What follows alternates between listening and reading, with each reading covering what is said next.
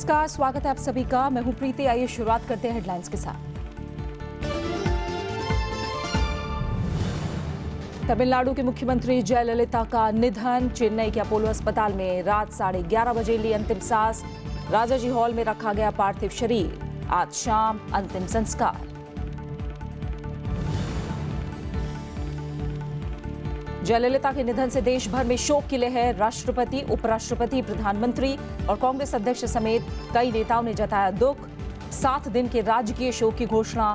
3 दिन बंद रहेंगे स्कूल, दफ्तर।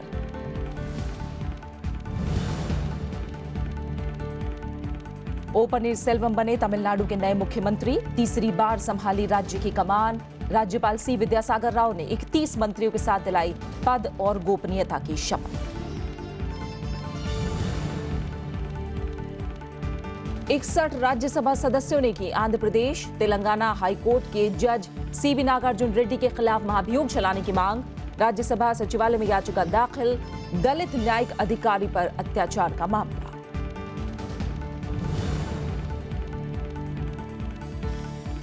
नौसेना का प्रमुख युद्धपोत आईएनएस बेतवा दुर्घटनाग्रस्त। मरम्मत के बाद समंदर में उतारने के वक्त हुआ हादसा। 2 नौसैनिकों की मौत, 15 घायल।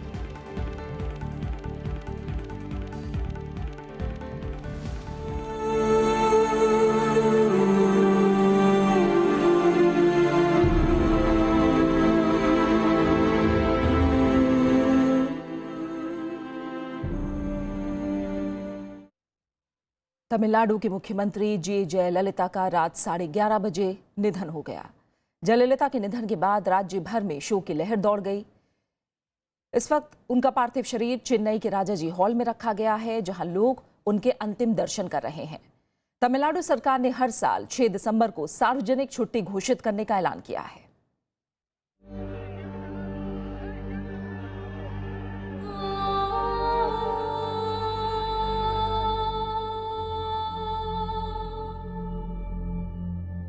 तमिलनाडु की मुख्यमंत्री और देश की ताकतवर महिला राजनेताओं में से एक जयललिता नहीं रहीं।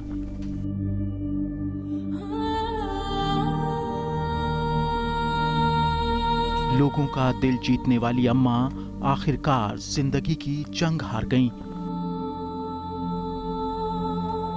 सोमवार रात 11:30 बजे चेन्नई के अपोलो अस्पताल में उन्होंने अंतिम सांस ली। 68 साल की जयललिता पिछले करीब 2.5 महीने से अस्पताल में भर्ती थीं। रविवार शाम उनको दिल का दौरा पड़ा था। इसके बाद उन्हें आईसीयू में भर्ती कराना पड़ा था। जयललिता के पार्थिव शरीर को अंतिम दर्शन के लिए राजाजी हॉल में रखे जाने से पहले देर रात अपोलो अस्पताल से पोस्ट गार्डन निवास ले जाया गया।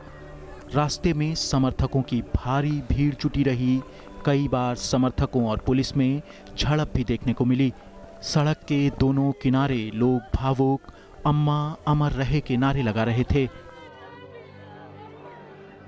अंतिम दर्शन के बाद आज 4:30 बजे उनको अंतिम विदाई दी जाएगी।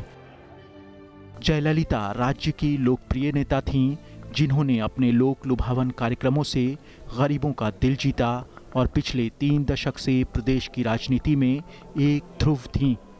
तमिलनाडु में आज से 7 दिन के राजकीय शोक का ऐलान किया गया है। साथ ही सभी स्कूल और कॉलेज 3 दिन के लिए बंद कर दिए गए हैं।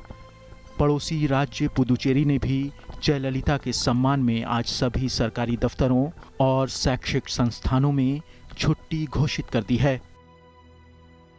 Bureau report, Rajya Sabha TV. और हम इस समय बात करेंगे नारायण लक्ष्मण से, जो कि सीनियर डिप्टी एडिटर हैं द हिंदू के। लक्ष्मण साहब, शुक्रिया राज्यसभा टीवी के साथ जुड़ने के लिए। आज हम जयललिता की शख्सियत की बात करें तो सिर्फ कोई एक खास पहलू ही नहीं, बल्कि उनके व्यक्तित्व के कई आयाम हैं। और अगर उनके पूरे सफर को देखा जाए तो ये कहना गलत नहीं होगा कि खासतौर से तमिलनाडु की राजनीति में जयललिता का नाम ही काफी है। हाँ, जरूर। Miss Jayalalithaa was a towering figure in Tamil Nadu politics, और उनका पासिंग उससे बहुत एक वैक्यूम होगा और वॉइड होगा।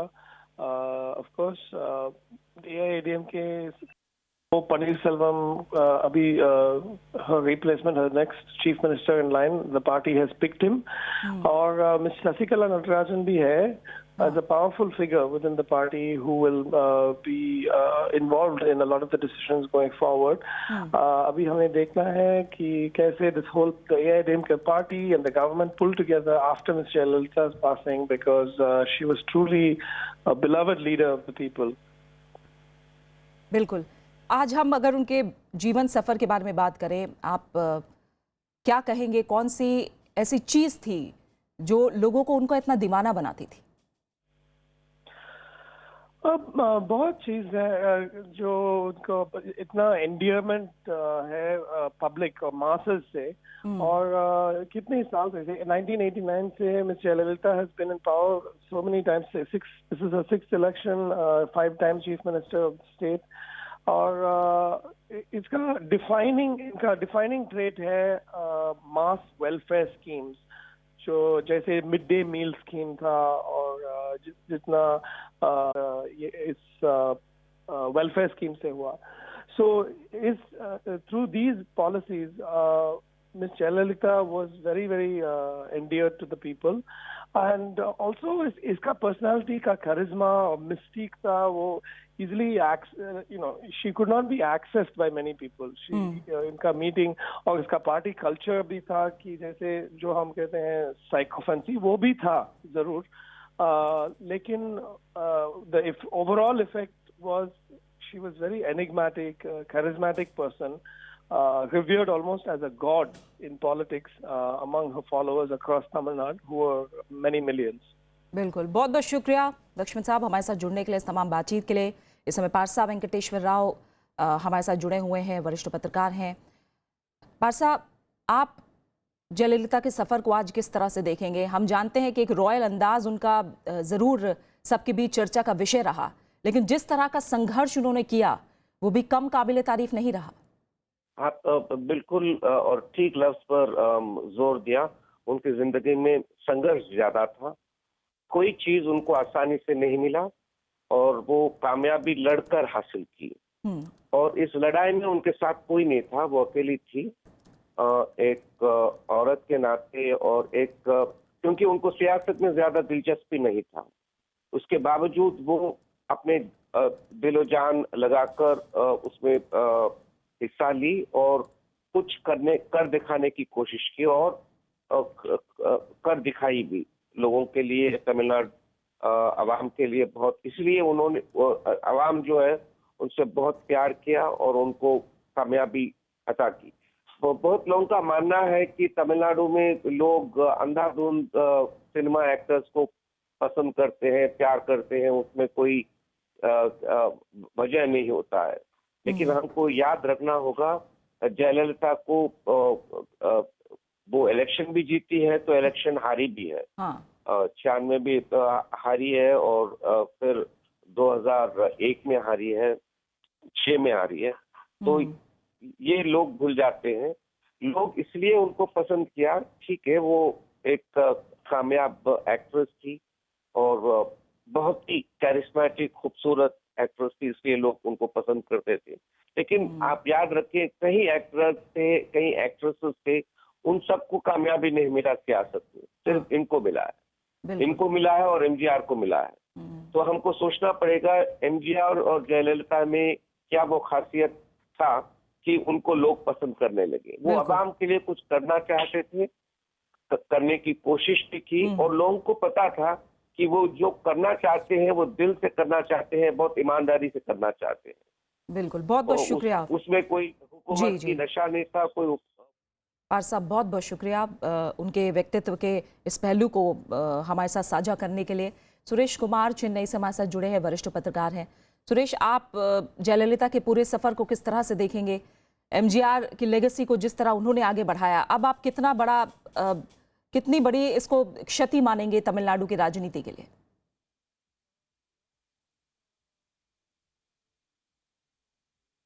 सुरेश, अगर आप तक आवाज आ रही हो मेरी तो बता दें, तमिलनाडु के मुख्यमंत्री जे जयललिता का रात 11:30 बजे निधन हो गया. जयललिता के निधन के बाद राज्य भर में या कहे देश भर में शोक की लहर है और इस वक्त उनका पार्थिव शरीर चेन्नई के राजाजी हॉल में रखा गया है, जहां लोग उनके अंतिम दर्शनों के लिए उमड़ रहे हैं। तमिलनाडु सरकार ने हर साल 6 दिसंबर को सार्वजनिक छुट्टी घोषित करने का ऐलान कर दिया है।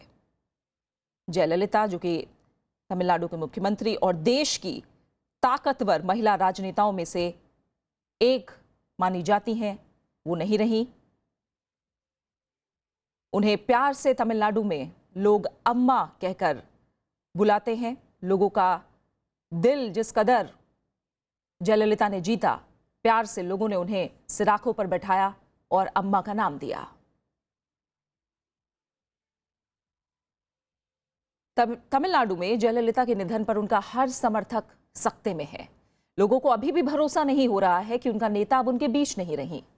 कल जब ये खबर अपोलो अस्पताल से बाहर आई तो वहां मौजूद समर्थकों एकदम बेसुध से हो गए, मायूस हो गए और मातम में डूब गए। गमगीन माहौल में किसी तरह की कोई गड़बड़ी ना हो, इसके मद्देनजर सुरक्षा व्यवस्था को अलर्ट पर रखा गया है। जयललिता की मौत की खबर आते ही अपोलो अस्पताल के बाहर लोग शोक में डूब गए। हर तरफ रोते बिलखते लोग थे। अम्मा समर्थकों को विश्वास नहीं हो रहा था कि उनकी चहेती नेता उन्हें छोड़कर चली गईं। जयललिता के समर्थक पूरी रात अस्पताल से लेकर उनके निवास तक जमे रहे। भीड़ के बेकाबू होने की आशंका के चलते पूरे राज्य में सुरक्षा व्यवस्था को पहले से ही कड़ा कर दिया गया था। पुलिस ने अपोलो अस्पताल को किले में तब्दील कर दिया था। चेन्नई समेत राज्य के सभी जिलों में प्रशासन अलर्ट है। सुरक्षा अधिकारियों को सतर्क रहने के लिए कहा गया है।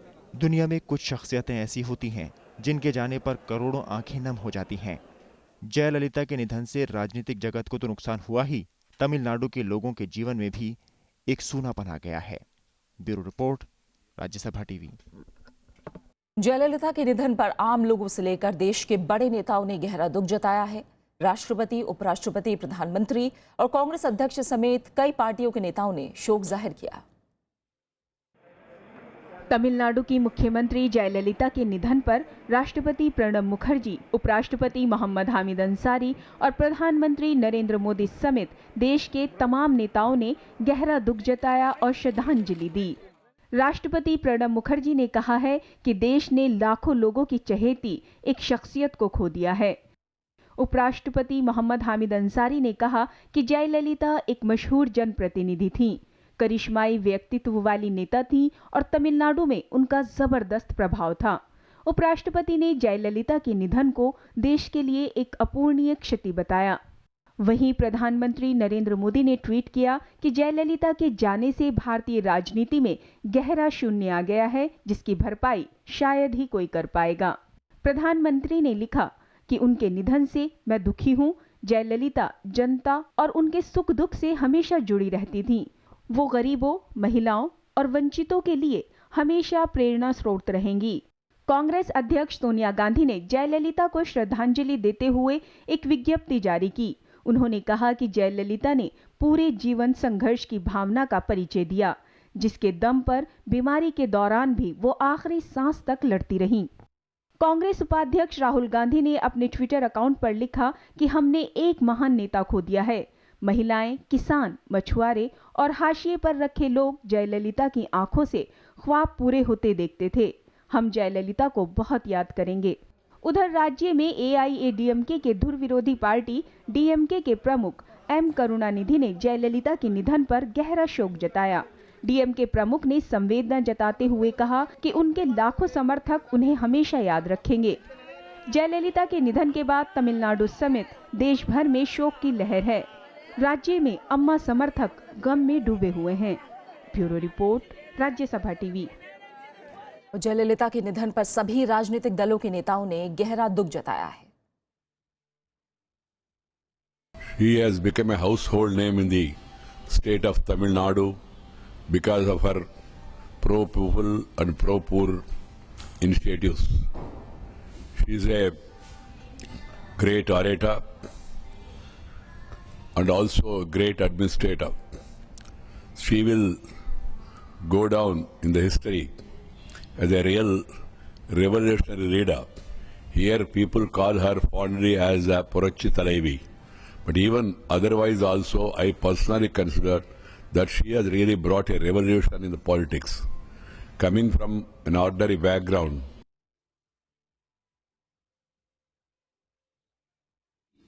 जहां हम सब उनको सलाम करते हैं, इस देश के गरीब, इस देश के मछुआरे, इस देश के साधारण व्यक्ति हमेशा जयललिता जी को एक ऐसी राजनेता के तौर पर याद रखेंगे जिनके स्पर्श से एक सुखद एहसास मिलता था। जिस प्रकार का एक वॉइड, एक खाली स्थान, एक रिक्त स्थान जयललिता छोड़ के गई हैं, वो कभी भी भरा नहीं जा सकता है।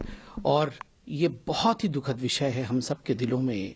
आज एक बहुत कष्ट का दिन है ये हमारे लिए। ये भारतीय राजनीति का एक दुखद अध्याय है।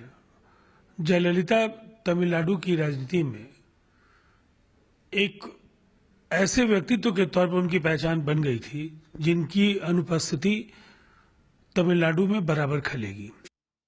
जयललिता के निधन के करीब 1.5 घंटे बाद उनके बेहद करीबी ओ पनीरसेल्वम ने मुख्यमंत्री पद की शपथ ली। पनीरसेल्वम इससे पहले भी 2 बार उस वक्त मुख्यमंत्री बने थे जब भ्रष्टाचार के मामलों के चलते जयललिता को पद से हटना पड़ा था। जयललिता के निधन के कुछ घंटों बाद ओ पनीरसेल्वम तमिलनाडु के नए मुख्यमंत्री बन गए। उन्हें विधायक दल का नेता चुना गया। इसके बाद राज्यपाल विद्यासागर राव ने पनीरसेल्वम को देर रात करीब 1:15 बजे मुख्यमंत्री पद की शपथ दिलाई। मायूस चेहरे के साथ पनीरसेल्वम ने जयललिता की फोटो जेब में रखकर राज्य के अगले मुख्यमंत्री के तौर पर शपथ ली। उनके अलावा 31 अन्य मंत्रियों ने भी पद और गोपनीयता की शपथ ली। शपथ के पहले 2 मिनट का मौन भी रखा गया। राज्यपाल विद्यासागर राव ने कहा कि जयललिता ने ताउम्र गरीबों और महिलाओं के हक के लिए काम किया। Affectionately called as Amma, she was an embodiment of women's empowerment and filled with indefatigable spirit. She was known for her noble qualities and sacrificed her life for the cause of the poor and downtrodden. Panneerselvam Jayalalithaa के बेहद करीबी थे। जब भी जयललिता को किसी वजह से मुख्यमंत्री की कुर्सी छोड़नी पड़ी, उन्होंने पनीरसेल्वम पर ही भरोसा जताया। आय से अधिक संपत्ति मामले में भी जयललिता के इस्तीफा देने के बाद पनीरसेल्वम राज्य के मुख्यमंत्री बने थे। सितंबर में जयललिता के अस्पताल में भर्ती होने के बाद से पनीरसेल्वम ही मुख्यमंत्री का कामकाज देख रहे थे। जयललिता के प्रति उनकी निष्ठा का अंदाजा इस बात से लगाया जा सकता है कि उनकी गैर मौजूदगी में भी वो कैबिनेट की बैठक में उनकी तस्वीर सामने रखकर फैसले लिया करते थे। Bureau report, Rajya Sabha TV. और अब एक नजर डालते हैं जयललिता के राजनीतिक सफर पर।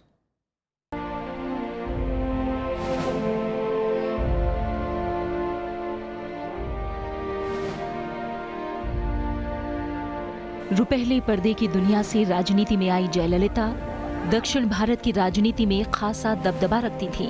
4 दशक के राजनीतिक जीवन में उन्होंने काफी उतार चढ़ाव देखे। जयललिता को अन्ना द्रमुक के संस्थापक एमजी रामचंद्रन उर्फ एमजीआर का करीबी माना जाता था। एमजीआर ने करुणानिधि की पार्टी द्रमुक से अलग होकर अन्ना द्रमुक का गठन किया, तो जयललिता ने भी फिल्मी दुनिया को अलविदा कहकर एमजीआर के साथ राजनीति का रास्ता अपना लिया। एआईएडीएमके ने ही जयललिता को राज्यसभा के लिए मनोनीत करके पहली बार संसद में भेजा।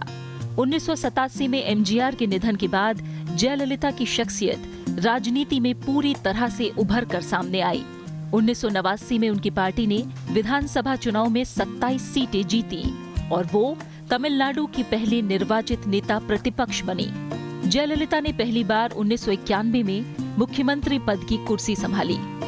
हालांकि 1996 में हुए विधानसभा चुनाव में उन्हें हार का सामना करना पड़ा, लेकिन तब तक जयललिता ने खुद को एक मजबूत राजनेता के तौर पर स्थापित कर लिया था। अम्मा के नाम से मशहूर जयललिता जैसे जैसे राजनीति के ऊंचे मुकाम पर पहुंचती गईं, उनके साथ विवाद भी जुड़ते गए। आय से अधिक संपत्ति के मामले में जयललिता पर मुकदमा भी चला और उन्हें जेल भी जाना पड़ा। ये जयललिता का वोटरों के सिर पर चढ़ा जादू ही था कि भ्रष्टाचार के मामलों और कोर्ट से सजा होने के बावजूद उन्होंने अपनी पार्टी को चुनाव में जीत दिलाई। जयललिता कुल 6 बार तमिलनाडु की मुख्यमंत्री रहीं। राजनीति में आने से पहले जयललिता मशहूर तमिल एक्ट्रेस थीं। जयललिता अंग्रेजी समेत दक्षिण भारत की लगभग सभी भाषाओं को बोल और समझ सकती थीं।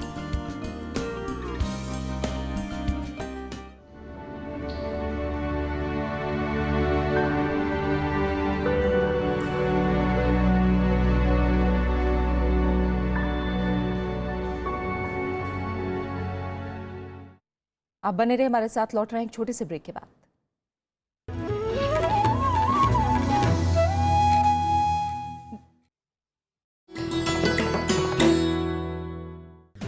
एमसी मैरी कॉम सफलतम भारतीय महिला मुक्केबाज, विश्व चैंपियनशिप में 5 स्वर्ण और 1 रजत, लंदन ओलंपिक्स में कांस्य और एशियन गेम्स में कांस्य पदक विजेता। 5 फीट 2 इंच लंबी मैरी को किया जाता है दुनिया की सफलतम महिला मुक्केबाजों में शुमार। खेलों में वरिष्ठ योगदान के लिए उन्हें मिले हैं पद्म भूषण, अर्जुन अवार्ड और राजीव गांधी खेल रत्न पुरस्कार।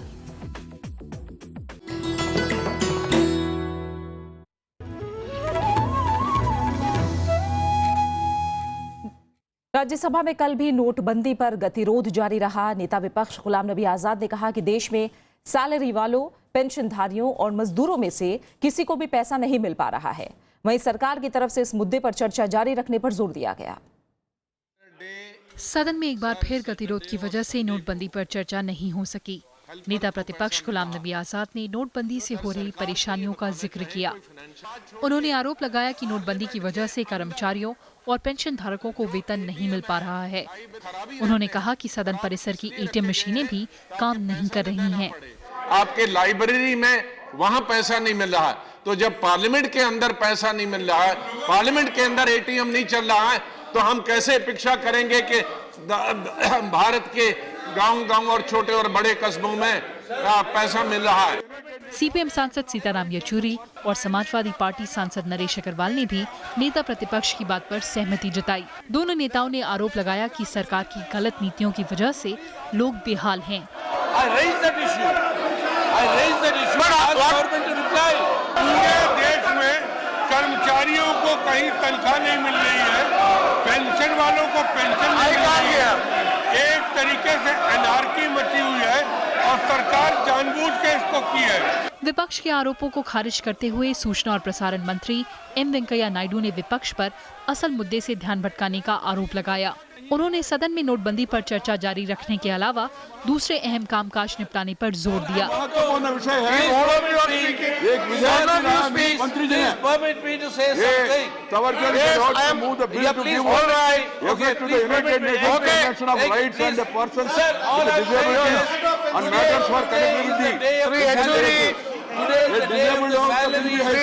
मंत्री के जवाब से विपक्षी दल संतुष्ट नहीं हुए। कांग्रेस, समाजवादी पार्टी, टीएमसी और बीएसपी सांसदों के वेल में आने से सदन की कार्यवाही बाधित हुई। गतिरोध की वजह से पहले शून्यकाल और फिर प्रश्नकाल बाधित हुआ। अवरोध की वजह से सदन की कार्यवाही दोपहर 2 बजे तक स्थगित करनी पड़ी। भोजन अवकाश के बाद भी सदन में गतिरोध जारी रहा। इस दौरान सत्ता पक्ष और विपक्ष के बीच तीखी नोकझोंक भी हुई। गतिरोध की वजह से सदन की कार्यवाही मंगलवार सुबह 11 बजे तक स्थगित करनी पड़ी।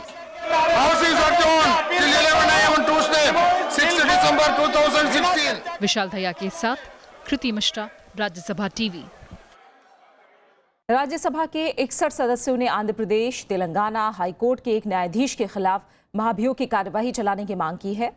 इन सदस्यों ने जस्टिस सीवी नागार्जुन रेड्डी पर एक दलित न्यायिक अधिकारी पर अत्याचार करने का आरोप लगाया है। राज्यसभा सचिवालय ने 61 सांसदों की ओर से इस तरह की याचिका मिलने की पुष्टि की है। मामले की जांच के बाद इसकी वैधता पर कोई फैसला किया जाएगा। आरोप है कि जस्टिस सीवी नागार्जुन रेड्डी ने कडप्पा जिले में एक दलित मुख्य कनिष्ठ दीवानी जज पर कथित तौर पर एक आपराधिक मामले में दबाव डालने के लिए उनके खिलाफ अत्याचार किए। राष्ट्रीय राजमार्गों के टोल प्लाजा पर 500 रुपए के पुराने नोट अब 15 दिसंबर तक चलेंगे। इसके अलावा क्रेडिट, डेबिट कार्ड या फिर ई वॉलेट से भी भुगतान किया जा सकेगा। केंद्रीय गृह मंत्रालय ने सभी राज्यों को एडवाइजरी जारी करके अतिरिक्त पुलिस बंदोबस्त करने के निर्देश दिए हैं। मंत्रालय का आकलन है कि नए नोट मार्केट में ना होने की वजह से नेशनल हाईवे पर लोगों को काफी दिक्कतें हो रही हैं। जगह जगह लंबी लंबी लाइनें लग रही हैं, जिसके चलते कानून व्यवस्था पर असर पड़ रहा है। इससे पहले 2 दिसंबर तक फ्री रहने के बाद टोल प्लाजा पर शुल्क वसूलना शुरू किया गया था। वरिष्ठ नागरिकों को ट्रेनों की रियायती टिकट आधार कार्ड होने पर ही मिलेगा। उन्हें रिजर्वेशन काउंटरों में आधार कार्ड का वेरिफिकेशन कराना होगा, जिसके बाद आधार नंबर सिस्टम में फीड हो जाएगा। आगे जब भी टिकट लेंगे, सिस्टम आधार कार्ड की जांच के बाद छूट लागू करेगा। वेरिफिकेशन 31 मार्च 2017 तक होगा और 1 अप्रैल से रियायती टिकट आधार कार्ड के बिना मिलना बंद हो जाएगा। रेलवे बोर्ड के director passenger marketing Vikram Singh ने यह आदेश 30 नवंबर को सभी जोनल महाप्रबंधकों के नाम जारी किया है। टाटा सन्स के चेयरमैन पद से हटाए गए साइरस मिस्त्री ने रतन टाटा की तीखी आलोचना की है। मिस्त्री ने रतन टाटा का नाम लिए बिना कहा कि टाटा समूह किसी की व्यक्तिगत जागीर नहीं है। साथ ही उन्होंने सरकार से मांग की है कि वो टाटा ट्रस्टों के संचालन में हस्तक्षेप करें। उन्होंने कहा कि निर्णय के सभी अधिकार किसी एक व्यक्ति के अधीन होना अनैतिक, अनुचित और विश्वासघात है। टाटा सन्स ने तुरंत पलटवार करते हुए कहा कि मिस्त्री ने एक तरफा फैसलों से ग्रुप को अपनी निजी जागीर बना लिया था और टाटा हाउस के अनमोल संस्थागत याद को नष्ट कर रहे थे। मुंबई डॉकयार्ड पर कल बड़ा हादसा हो गया। नौसेना के युद्धपोत INS बेतवा को मरम्मत के बाद समंदर में उतारते वक्त वो फिसल गया। इस हादसे में 2 नौसैनिकों की मौत हो गई, जबकि 15 जवान घायल हुए हैं। नौसेना के प्रवक्ता DK शर्मा ने बताया कि 3850 टन वजनी ये जहाज डॉकयार्ड पर खड़ा था और उसकी मरम्मत चल रही थी। उसे समंदर में दोबारा उतारा जा रहा था, तभी ये घटना हुई। और अब आखिर में हेडलाइंस। तमिलनाडु की मुख्यमंत्री जयललिता का निधन। चेन्नई के अपोलो अस्पताल में रात 11:30 बजे ली अंतिम सांस। राजाजी हॉल में रखा गया पार्थिव शरीर। आज शाम अंतिम संस्कार।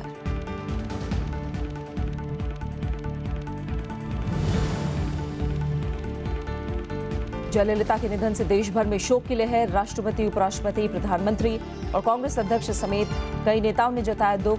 7 दिन के राजकीय शोक की घोषणा। 3 दिन बंद रहेंगे स्कूल दफ्तर।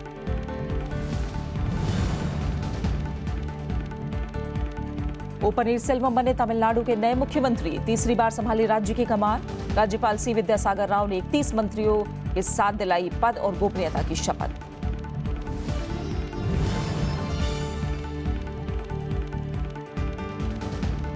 इकसठ राज्यसभा सदस्यों ने किया आंध्र प्रदेश, तेलंगाना हाईकोर्ट के जज CV नागार्जुन रेड्डी के खिलाफ महाभियोग चलाने की मांग। राज्यसभा सचिवालय में याचिका दाखिल। दलित न्यायिक अधिकारी पर अत्याचार का मामला।